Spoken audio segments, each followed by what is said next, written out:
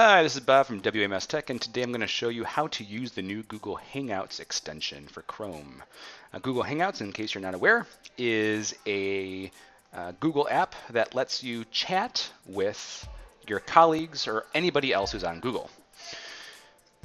What's nice about Google Hangouts is that it's super easy to use, and you can do video chat, voice chat, or just text chat for free on any device.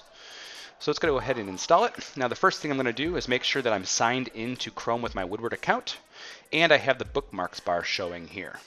Okay, if you need help with that, feel free to book time with me, and I can show you how to go about signing into Chrome and displaying your bookmarks bar.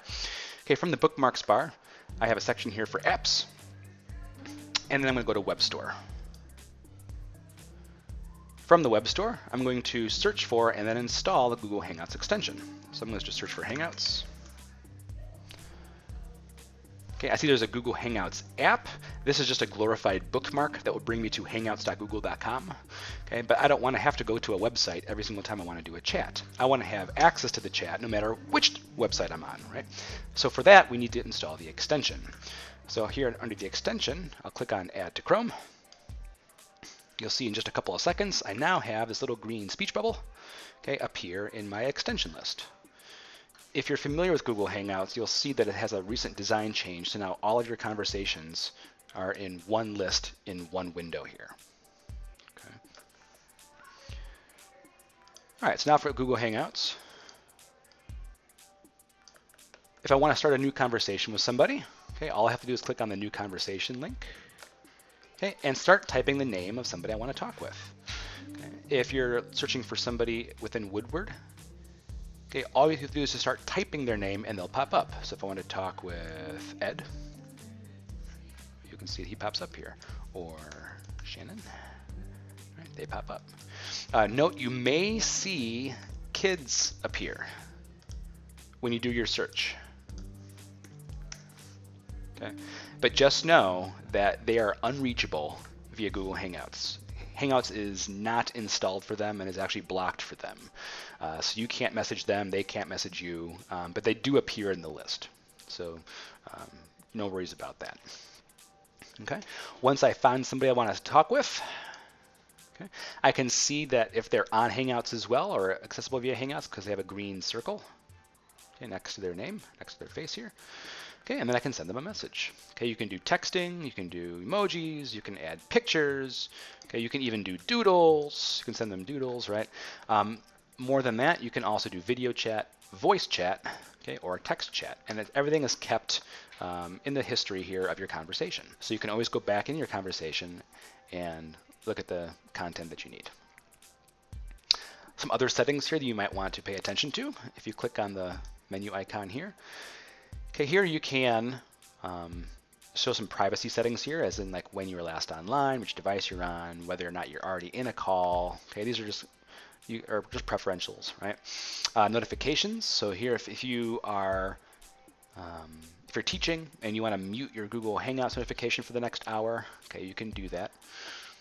Okay, or you can just uncheck the sounds.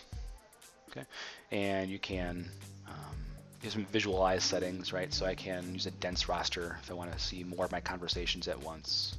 Okay. You can archive your Hangouts. You can access those here. You can block people from seeing you, right? And you can access those settings here. Right. So take a look at these options here and see which one's best applied to you. Right. If you wanted to have a particular conversation appear in its own window, okay, I can click out the pop-out button here at the top, and now they're in their own window here. I can minimize that. Okay, and I can always pop it back in again.